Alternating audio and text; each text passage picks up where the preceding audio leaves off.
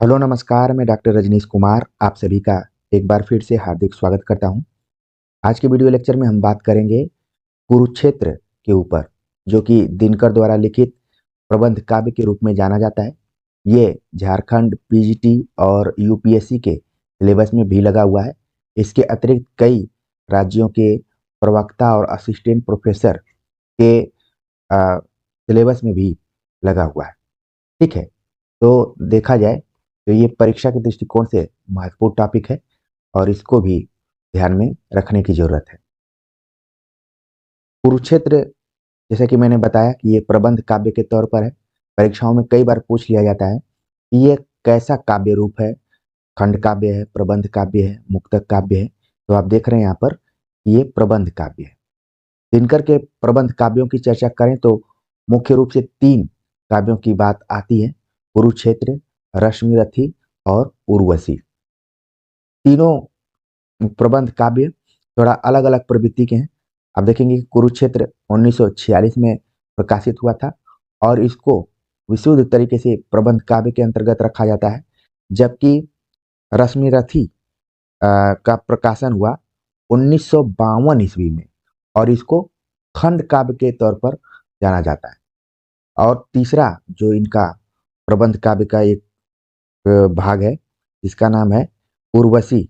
इसका प्रकाशन 1961 ईस्वी में हुआ और इसको गीति नाट्य भी माना गया है। तो आप देख रहे हैं कि तीनों प्रबंध काव्य की ही श्रेणियों में आते हैं, लेकिन इनका जो नेचर है, इनका इनकी जो प्रकृति है वो अलग अलग ढंग की है। तो कुरुक्षेत्र, रश्मिरथी और उर्वशी तीनों रचनाएं दिनकर की बहुत ही फेमस रचनाएं, परीक्षाओं में प्रायः पूछी जाती रही।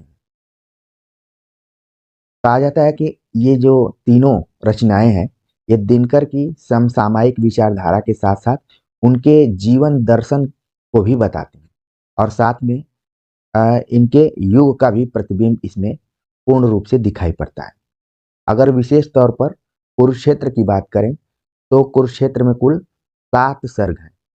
इसको आपको ध्यान में रखना है परीक्षा के दृष्टिकोण से कि कुरुक्षेत्र में कुल कितने सर्ग हैं। तो 7 सर्ग हैं और इसमें से छठा सर्ग इंपॉर्टेंट है। इसको दिनकर ने भी माना है कि अगर छठवें सर्ग को हम अलग से भी पढ़ें तो वो एक अलग भावबोध को प्रकट कर सकता है। तो हमें ध्यान में रखना है कि कुरुक्षेत्र में कुल 7 सर्ग हैं। छठा सर्ग इंपॉर्टेंट है और कई जगह पाठ्यक्रम में भी अलग से इसको पढ़ने को मिलता है। कुरुक्षेत्र 1946 में प्रकाशित हुआ था और मूल रूप से इसकी जो कथा है, इसकी विषय वस्तु है, वो भीम युधिष्ठिर संवाद पर आधारित है। ये भी परीक्षा के दृष्टिकोण से इंपॉर्टेंट है, इसको बिल्कुल आपको ध्यान में रखना है। हो सकता है कि पूछा जाए कि कुरुक्षेत्र मूलतः किसके संवाद पर आधारित है, तो महाभारत के भीष्म युधिष्ठिर संवाद पर आधारित है। ध्यान में रखना है, यहाँ पर भीम नहीं है बल्कि भीष्म है, क्योंकि महाभारत में ढेर सारे पात्र हैं। तो आपको कुरुक्षेत्र पढ़ते समय भीष्म और युधिष्ठिर दोनों को ध्यान में रखना है। कुरुक्षेत्र प्रबंध काव्य को लेकर अलग अलग विद्वानों के कुछ मत हैं जिनको कि ध्यान में रखना चाहिए। शंभुनाथ पांडे ने इसे प्रगतिवादी विचारधारा का महाकाव्य माना है, जबकि डॉक्टर नगेंद्र ने चिंतन प्रधान लंबी कविता कहा है। इसके पहले हमने राम की शक्ति पूजा और सरोज स्मृति जैसी कविताओं का अध्ययन किया था, तो वो लंबी कविता के रूप में हमने बताया था। लेकिन यहाँ पर आप देख रहे हैं कि कुरुक्षेत्र को डॉक्टर नगेंद्र ने चिंतन प्रधान लंबी कविता कहा है। ये थोड़ा सा हटकर बात कही जा रही है, तो ध्यान में रखना है, लंबी कविता तो है लेकिन चिंतन प्रधान है। इसके अतिरिक्त विश्वनाथ प्रसाद मिश्र का मानना है कि कुरुक्षेत्र एकार्थ काव्य है। तो देख रहे हैं आपके अलग अलग आलोचकों के कई बार कथन पूछ लिए जाते हैं, तो उनको आपको ध्यान में रखना है कि कुरुक्षेत्र को लेकर शंभू पांडे का क्या मानना है, नगेंद्र का क्या मानना है और विश्वनाथ प्रसाद मिश्र का क्या मानना है। बच्चन सिंह ने भी अपना विचार व्यक्त किया है कुरुक्षेत्र को लेकर। बच्चन सिंह के अनुसार, डॉक्टर बच्चन सिंह वही जिन्होंने हिंदी साहित्य का दूसरा इतिहास लिखा है, उनके अनुसार हिंदी काव्य परंपरा में कुरुक्षेत्र कामायनी की परंपरा में नहीं पड़ता है, यद्यपि इसका कथानक भी बहुत ही झीना है। अपनी भाषिक बुनावट में यह मैथिली शरणगुप्त परंपरा का काव्य है। वही वर्णनात्मक शैली, वही अभिधा प्रयोग, नाटकीयता, वक्तृत्व, ओज उनका अपना वैशिष्ट्य है। काव्य की नीरसता की पूर्ति उपयुक्त विशेषताओं द्वारा होती है। गद्य की लय में लिखी गई नीरस पंक्तियां काव्य संग्रह में बाधक है। तो आप देख रहे हैं कि बच्चन सिंह ने काफी बातों की तरफ संकेत किया है, कामायनी से जोड़ने का प्रयास किया है और बताया कि ये कामायनी की परंपरा में नहीं पड़ता है। फिर मैथिली शरण गुप्त की परंपरा से इसको जोड़कर देख रहे हैं और इसमें अभिधा का प्रयोग ज्यादातर हुआ है। शैली जो है वर्णात्मक है, कहीं कहीं नाटकीयता और वक्तृत्व ओज भी है। इसीलिए आप देखेंगे वन लाइनर किताबों को पढ़ेंगे तो रामधारी सिंह दिनकर को कई बार अ, अधैर्य का कवि भी कहा जाता है। ठीक है, और समय सूर्य भी इनको कहा गया है और इनके नाम में दिनकर शब्द तो लगा ही है। इसके बाद हमने अभी हाल ही में पढ़ा कि महादेवी वर्मा ने रामधारी सिंह दिनकर के बारे में कहा कि ये अग्नि संभवा कवि है। ठीक है, अग्नि संभवा, अग्नि संभव कवि है। इसको ध्यान में रखिए, हो सकता है कि परीक्षा में पूछ लिया जाए। ठीक है, तो हमने सोचा कि अभी कुरुक्षेत्र की कुछ तथ्यात्मक चीजों पर बात करते हैं। तमाम तथ्यों के बाद, कुछ आलोचकों की बातों के बाद अब हम इसकी भूमिका पर बात करेंगे कि रामधारी सिंह दिनकर ने जो कुरुक्षेत्र की भूमिका लिखी है, जो कुल 7 सर्गों में है, और उसकी जो भूमिका की पंक्तियां हैं, परीक्षा के दृष्टिकोण से कितनी इंपॉर्टेंट है उसको हम देखेंगे। क्योंकि हमने झारखंड पीजीटी के कुछ क्वेश्चंस को देखे पुराने समय में, तो भूमिका से भी सवाल उठाए गए हैं और किसी भी पुस्तक की भूमिका बहुत ही इंपॉर्टेंट होती है। तो रामधारी सिंह दिनकर भूमिका में लिखते हैं कि कुरुक्षेत्र की रचना भगवान व्यास के अनुकरण पर नहीं हुई है और न महाभारत को दोहराना ही मेरा उद्देश्य था। साफ साफ उन्होंने पहली ही पंक्ति में इस बात को लिखा है कि जिस तरीके से व्यास ने महाभारत लिखी थी, उसी तरीके से मेरा कुरुक्षेत्र लिखने का जो विचार आया, वो महाभारत को दोहराने का नहीं। कुरुक्षेत्र की रचना भगवान व्यास के अनुकरण पर नहीं हुई है और न महाभारत को दोहराना ही मेरा उद्देश्य था।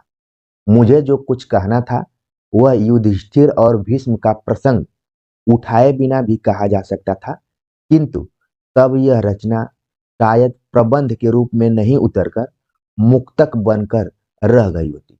तो जिसकी चर्चा हमने शुरू में किया था, क्योंकि आप सभी के लिए हमने इस पुस्तक को पूरा पढ़ा है। इसमें कुल 141 पेज हैं और इसके कवर पेज पर ही लिखा गया है कि ये प्रबंध काव्य के रूप में संकलित है। यहाँ पर रामधारी सिंह दिनकर ने भी इस बात को संकेतित किया है कि चाहते वो तो युधिष्ठिर और भीष्म के प्रसंग को बिना उठाए ही रचना कर सकते थे, लेकिन ये तब प्रबंध काव्य के रूप में नहीं होती बल्कि मुक्तक बनकर रह गई होती।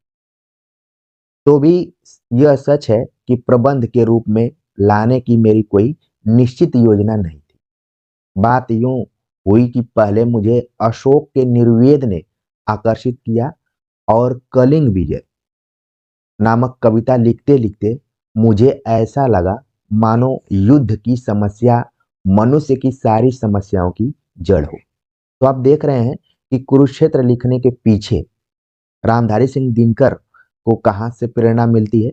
उन्होंने कलिंग विजय नाम की कविता लिखी, जो कि कामधेनी नामक कविता संग्रह में संकलित है। ये भी परीक्षा के दृष्टिकोण से इंपॉर्टेंट है कि कलिंग विजय किसकी कविता है और उसका संकलन किस काव्य संग्रह में हुआ है। तो इसको आप लोग अपने कॉपी में नोट कर लीजिए। कलिंग विजय कविता जब लिखना शुरू किया था रामधारी सिंह दिनकर ने, तो उसमें अशोक के निर्वेद वाला पक्ष उनको आकर्षित किया और कविता लिखते लिखते उनके दिमाग में ये बात कौंधी कि युद्ध की समस्या मनुष्य की सारी समस्याओं की जड़ है। ठीक है, इसके बाद उन्होंने कुरुक्षेत्र भी लिखना शुरू किया। इसी क्रम में द्वापर की ओर देखते हुए मैंने युधिष्ठिर को देखा, जो विजय इस छोटे से शब्द को कुरुक्षेत्र में बिछी हुई लाशों से तोल रहे थे, किंतु यहाँ भीष्म के धर्म कथन में प्रश्न का दूसरा पक्ष भी विद्यमान था। आगे वो बहुत ही महत्वपूर्ण बात लिखते हैं जो कि परीक्षा के दृष्टिकोण से बहुत ही इंपॉर्टेंट है कि आत्मा का संग्राम आत्मा से और देह का संग्राम देह से जीता जाता है। मान लीजिए यही पंक्ति आ जाए तो देख रहे हैं कि कितनी मार्मिक पंक्ति है और चमत्कृत कर देने वाली पंक्ति है। परीक्षा के दृष्टिकोण से बहुत ही इंपॉर्टेंट है कि आत्मा का संग्राम आत्मा से है और देह का संग्राम देह से जीता जाता है। यह कथा युद्धांत की है, यानी कि कुरुक्षेत्र की बात की जा रही है। यह कथा युद्धांत की है। युद्ध के आरंभ में स्वयं भगवान ने अर्जुन से जो कुछ कहा था उसका सारांश भी अन्याय के विरोध में तपस्या के प्रदर्शन का निवारण ही था। और कुछ प्रश्नों को उठा रहे हैं यहाँ पर रामधारी सिंह दिनकर कि युद्ध निंदित और क्रूर कर्म है, किंतु उसका दायित्व किस पर होना चाहिए? उस पर जो अनीतियों का जाल बिछाकर प्रतिकार को आमंत्रण देता है, या उस पर जो जाल को छिन्न भिन्न कर देने के लिए आतुर है? पांडवों को निर्वासित करके एक प्रकार की शांति की रचना तो दुर्योधन ने भी की थी, तो क्या युधिष्ठिर महाराज को इस शांति को भंग नहीं करना चाहिए था? देख रहे हैं कई क्वेश्चन यहाँ पर रामधारी सिंह दिनकर ने उठाया है और अंत में लिखते हैं कि यही कुछ मोटी बातें हैं जिन पर सोचते सोचते यह काव्य पूरा हो गया। भीष्म और युधिष्ठिर का आलंबन लेकर मैंने इस पागल कर देने वाले प्रश्न को प्रायः उसी प्रकार उपस्थित किया है जैसा मैं उसे समझ सका हूं। तो अब आप सभी के दिमाग में भी ये बात बैठने लगी होगी कि कुरुक्षेत्र 7 सर्गों में है, 1946 में प्रकाशित हुआ था और इसकी जो विषय वस्तु है ये भीष्म और युधिष्ठिर संवाद पर आधारित है। और रामधारी सिंह दिनकर ने कुरुक्षेत्र क्यों लिखना शुरू किया, उनको क्यों लिखने का मन किया, ये सारी चीजें ऊपर की बातों से आप समझ गए होंगे।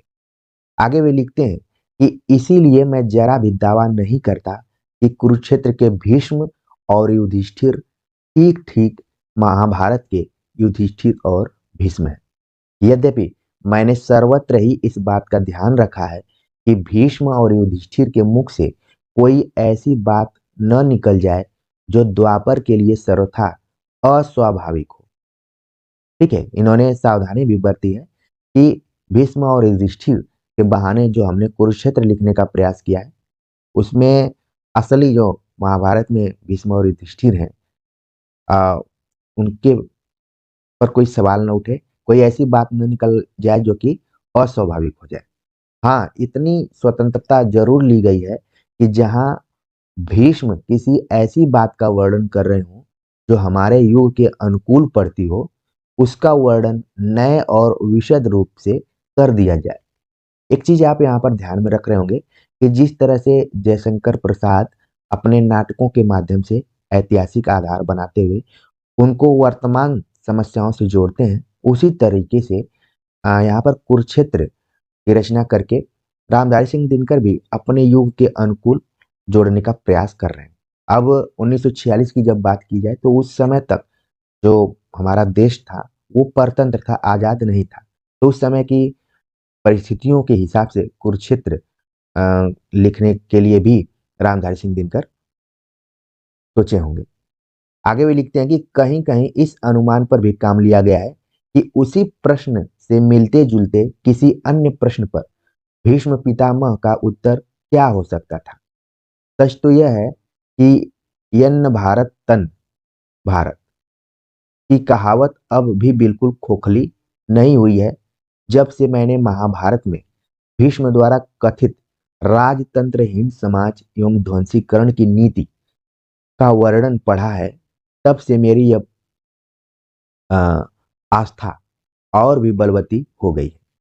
ठीक है, तो आप देख रहे हैं कि कुरुक्षेत्र लिखने के पीछे बाकायदे महाभारत का अध्ययन किया है रामधारी सिंह दिनकर ने, और खास तौर से भीष्म का जो भी संवाद है उन संवादों को भी विशेष तौर पर समझने का प्रयास किया है और कुरुक्षेत्र लिखने के लिए वे प्रेरित हुए।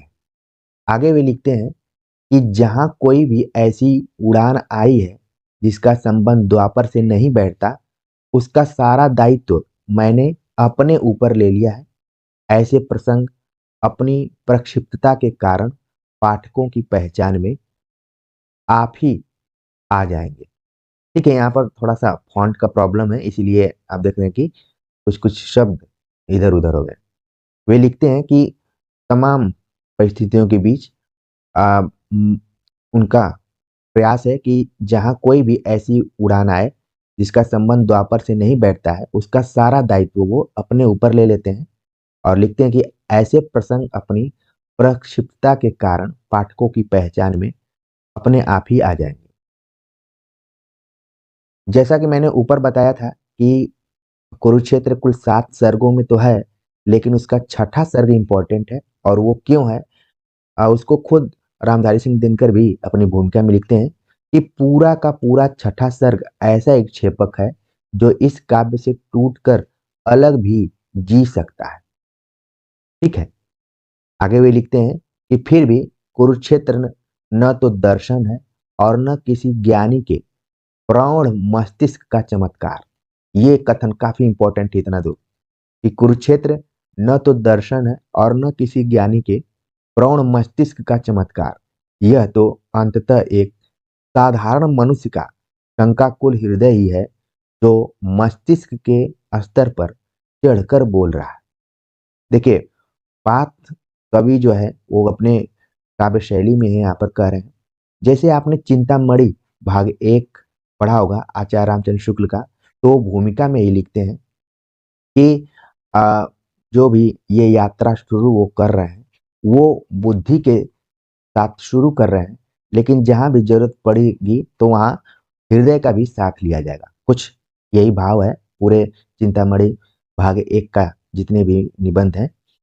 और यहाँ पर आप देख रहे हैं कि दिनकर लिख रहे हैं कि कुरुक्षेत्र न तो दर्शन है और न किसी ज्ञानी के प्रौढ़ मस्तिष्क का चमत्कार है, बल्कि यह एक साधारण मनुष्य का शंकाकुल हृदय ही है। हृदय की बात देखिए यहाँ पर भी की जा रही है, और मस्तिष्क की जब बात की जाएगी तो बुद्धि। हृदय ही है जो मस्तिष्क के स्तर पर चढ़कर बोल रहा है। तो यहाँ पर आप देख रहे हैं कि रामचंद्र शुक्ल का एकदम उल्टा, मतलब पहले उन्होंने अपने निबंधों में तो कहा कि बुद्धि के साथ साथ हम हृदय की बात करेंगे। तो निबंध जो होता है गद्य प्रधान होता है, और उसमें विचार विचार प्रधान होता है। तो पहले विचार, फिर इसके बाद भाव। लेकिन ये कविता है तो पहले क्या है, भाव है, इसके बाद विचार है। तो आप चीजों को समझ गए होंगे, ये परीक्षा में एक बार पूछा जा चुका है झारखंड पीजीटी में, ये वाला प्रसंग। आगे हमने कुछ सर्गों के पंक्तियों को उठाने का प्रयास किया है। जैसा कि मैंने बताया कि इस लेक्चर को तैयार करने के पहले मैंने कुरुक्षेत्र का पूरा अध्ययन किया था, जो कि 141 पेज का है। और राजपाल जो पब्लिकेशन है उसके वहीं से ये बुक पब्लिश हुई है। तो कुछ पंक्तियां हैं जो कि परीक्षा के दृष्टिकोण से इंपॉर्टेंट है, उनको देखना जरूरी है। प्रथम सर्ग। प्रथम सर्ग की शुरुआत आप देख रहे हैं कि हो रही है, वह कौन रोता है वहां इतिहास के अध्याय पर जिसमें लिखा है नौजवानों के लहू का मोल है, प्रत्यय किसी बूढ़े कुटिल नीतिज्ञ के व्यवहार का, जिसका हृदय उतना मलिन जितना कि शीर्ष वलक्ष है, जो आप तो लड़ता नहीं कटवा किशोरों को, मगर आश्वस्त होकर सोचता शोणित वहां, लेकिन गई बच लाज सारे देश की। तो प्रथम सर्ग की शुरुआत इन्हीं पंक्तियों से होती है, तो इसको आप अपने ध्यान में रखिए कि ये पंक्तियां किस सर्ग से हैं। ठीक है, आगे और कुछ पंक्तियां हैं कि और तब सम्मान से जाते गिने नाम उनके, देशमुख की लालिमा है बची जिनके लुटे सिंदूर से, देश की इज्जत बचाने के लिए या चढ़ा जिनने दिए निज लाल है, ईश जाने देश का लज्जा विषय, तत्व है कोई की केवल आवरण, उस हलाहल सी कुटिल द्रोहाग्नि का, जो कि जलती आ रही चिरकाल से, स्वार्थ लोलुप सभ्यता के अग्रणी नायकों के पेट में जठराग्नि सी। तो इसकी भाषा शैली आप देख रहे हैं कि खोजपूर्ण है। द्वितीय सर्ग की शुरुआत को भी देखना जरूरी है कि कहाँ से हो रही है। द्वितीय सर्ग जो है, आई हुई मृत्यु से कहा अजेय भीष्म ने कि योग नहीं जाने का अभी है, इसे जानकर रुकी रहो पास कहीं, और स्वयं लेट गए। ये पूरा भीष्म पितामह के जो सरसैया वाला प्रसंग है वहीं से है कि आई हुई मृत्यु से कहा अजय भीष्म ने कि योग नहीं जाने का अभी, इसे जानकर रुकी रहो पास कहीं, और स्वयं लेट गए। बाणों का शयन बाणों का ही उपधान कर व्यास कहते हैं, रहे यों ही वे पड़े विमुक्त, काल के करों से छीन मुष्टिगत प्राण कर, और पंथ जो हति विनीत कहीं आसपास, हाथ जोड़ मृत्यु रही खड़ी शास्ति मानकर। तो आप देख रहे हैं यहाँ पर कि मृत्यु भी भीष्म पितामह की बात को मानती है और इंतजार करती रहती है, हाथ जोड़ खड़ी रहती है वो, हाथ जोड़ मृत्यु रही खड़ी शास्ति मानकर। तीसरा सर्ग देखते हैं कि उसकी शुरुआत कहाँ से हो रही है। जैसा कि मैंने बताया कि कुल 141 पेज में है, तो पंक्तियां तो बहुत हैं। और हमने इसी वीडियो लेक्चर में बताया कि बच्चन सिंह ने क्या अपनी प्रतिक्रिया व्यक्त की है कुरुक्षेत्र को लेकर, तो पूरा क्लियर हो जाएगा कि ये किस टाइप का प्रबंध काव्य है। तीसरा सर्ग शुरू होता है कि समर निंद्य है धर्मराज पर, कहो शांति वह क्या है, जो अनीति पर स्थिर स्थित होकर भी बनी हुई सरला है। क्वेश्चन देखिए यहाँ पर तीसरे सर्ग में उठा रहे हैं दिनकर जी कि समर युद्ध, मतलब व्याख्या करना शुरू कर दूंगा तो बहुत लंबा हो जाएगा, कि समर निंद्य है धर्मराज पर, कहो शांति वह क्या है, जो अनीति पर स्थित होकर भी बनी हुई है सरला। सुख समृद्धि का विपुल कोष संचित कर, कल बल छल से किसी क्षुधित का ग्रास छीन, धन लूट किसी निर्बल से। आगे वे लिखते हैं, न्याय शांति का प्रथम न्यास है। बहुत बड़ी बात है यहाँ पर इन पंक्तियों के माध्यम से कही जा रही है कि न्याय शांति का प्रथम न्यास है। जब तक न्याय न आता, जैसा भी हो महल शांति का सुदृढ़ नहीं रह पाता। कितनी बड़ी बात कही जा रही है कि न्याय शांति का प्रथम न्यास है। जब तक न्याय न आता, जैसा भी हो महल शांति का सुदृढ़ नहीं रह पाता। और आगे की जो पंक्तियां हैं, न जाने आप कितनी बार मंचों से सुने होंगे, अपने मित्रों से सुने होंगे और तमाम जगहों पर, कि क्षमा सोबती उस भुजंग को जिसके पास गरल हो, उसको क्या जो दंतहीन विष रहित विनीत सरल हो। ये काफी इंपॉर्टेंट पंक्तियां हैं और ध्यान में रखिए। इन पंक्तियों को तो आप जानते हैं, मेरी कोशिश है कि आप ये जान जाएं कि ये कुरुक्षेत्र के तीसरे सर्ग से ली गई पंक्तियां, ये तीसरे सर्ग में। तो हमारे परीक्षा के दृष्टिकोण से ये ज्यादा इंपॉर्टेंट है कि इन पंक्तियों को रामधारी सिंह दिनकर ने किस सर्ग में लिखा है। तो तीसरा सर्ग है कि क्षमा सोबती उस भुजंग को जिसके पास गरल हो, उसको क्या जो दंतहीन विष रहित विनीत सरल हो। तो ये बहु बार बोलने जाने वाली पंक्ति है, तमाम जगहों पर आपने सुनी होगी इसको। आगे कुछ और पंक्तियां हैं कि पापी कौन, मनुज से उसका न्याय चुराने वाला, या कि न्याय खोजते विघ्न का शीश उखाड़ने वाला उड़ाने वाला। ठीक है, तो यहाँ पर सवाल के लहजे में आप देख रहे हैं कि अ, संवाद है, क्योंकि भीष्म और युधिष्ठिर का संवाद है, तो संवाद में कई बार प्रश्न भी उठते हैं। तो उन्हीं को आधार बनाते हुए पूरा यहाँ पर ये रामधारी सिंह दिनकर ने कुरुक्षेत्र लिखा है। और पूछते हैं कि पापी कौन। कई बार आप देखेंगे कि रामधारी सिंह दिनकर की कविताओं में ये मनुज शब्द बार बार आता है।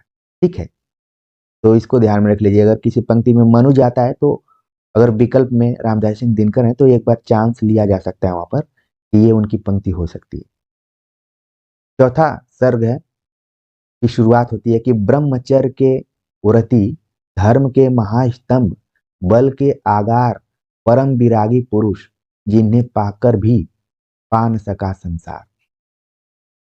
तो ये एक तरीके से विशेषण के रूप में प्रयुक्त सारी पंक्तियां हैं कि ब्रह्मचर्य के व्रती भीष्म पितामह, धर्म के महास्तंभ, बल के अगार परम विरागी पुरुष, जिन्हें पाकर भी पा न सका संसार। देख रहे हैं अंतर्विरोधी चीजें कितनी इस पंक्ति में है कि पाकर भी न पा सका। तो इन पंक्तियों को देखिए और अपने दिमाग में कुरुक्षेत्र को पूरा पढ़ने का एक संकल्प करिए, क्योंकि परीक्षा नजदीक है तो समय नहीं है, इसलिए मेन मेन जो चीजें हैं हम भी उसी को बता रहे हैं और जिससे कि आपका काम हो सके। आगे की पंक्तियां हैं कि किया विसर्जित मुकुट धर्म हित और स्नेह के कारण प्राण, पुरुष विक्रमी कौन दूसरा, हुआ जगत में भीष्म सम्मान। किया विसर्जित मुकुट धर्म हित और स्नेह के कारण प्राण, पुरुष विक्रमी कौन दूसरा, हुआ जगत में भीष्म समान। भीष्म के समान कोई और दूसरा व्यक्ति नहीं हुआ। तो पूरी बातें जितनी भी आप चतुर्सर्ग में देख रहे हैं कि भीष्म के ऊपर केंद्रित है।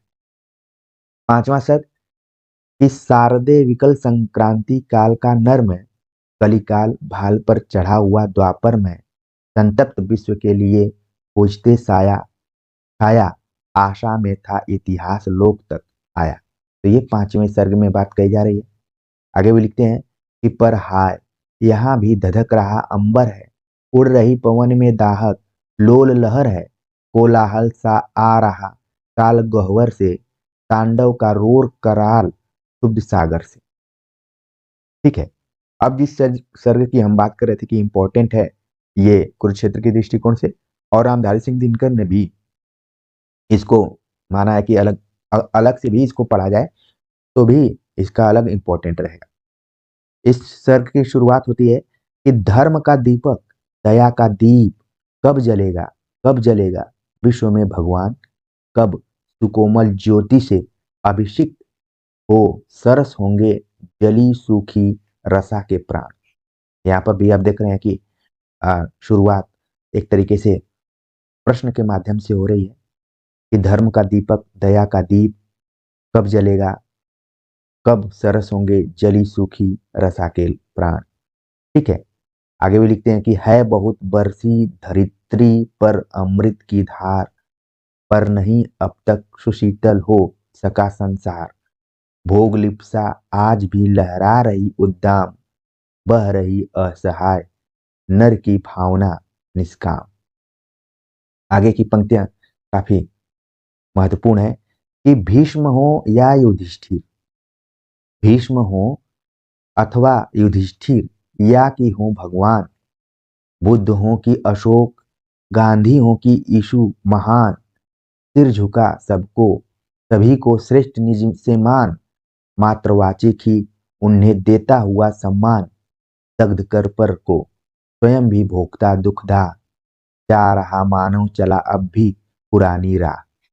एक चीज आपको ध्यान में रखना पड़ेगा कि रामधारी सिंह दिनकर ने इन पंक्तियों में भीष्म, युधिष्ठिर, बुद्ध, अशोक इत्यादि की बात की, यीशु की बात की, क्योंकि ये रचना 1946 में लिखी गई है और एक तरफ से यहाँ पर गांधी जी का उल्लेख करना एक गांधी जी की खास विशेषता को बतलाता है कि वो जीवित हैं और फिर भी इन पात्रों के साथ यहाँ पर उनको रामधारी सिंह दिनकर ने जोड़ा है कि भीष्म हो अथवा युधिष्ठिर या कि हो भगवान, बुद्ध हो कि अशोक, गांधी हो कि यीशु महान, सिर झुका सबको सभी को श्रेष्ठ निज से मान, मात्रवाचिक ही उन्हें देता हुआ सम्मान, दग्ध कर पर को स्वयं भी भोगता दुखदा, जा रहा मानो चला अब भी पुरानी राह।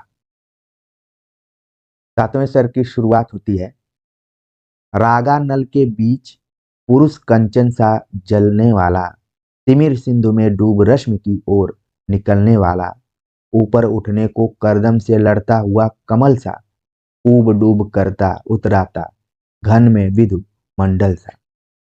जय हो अघ के गहन गर्त में गिरे हुए मानव की, मनु के सरल अबोध पुत्र की, पुरुष ज्योति संभव की, हार मान हो गई न जिसकी किरण तिमर तिमिर की दासी, न्यौछावर उस एक पुरुष पर कोटि कोटि सन्यासी।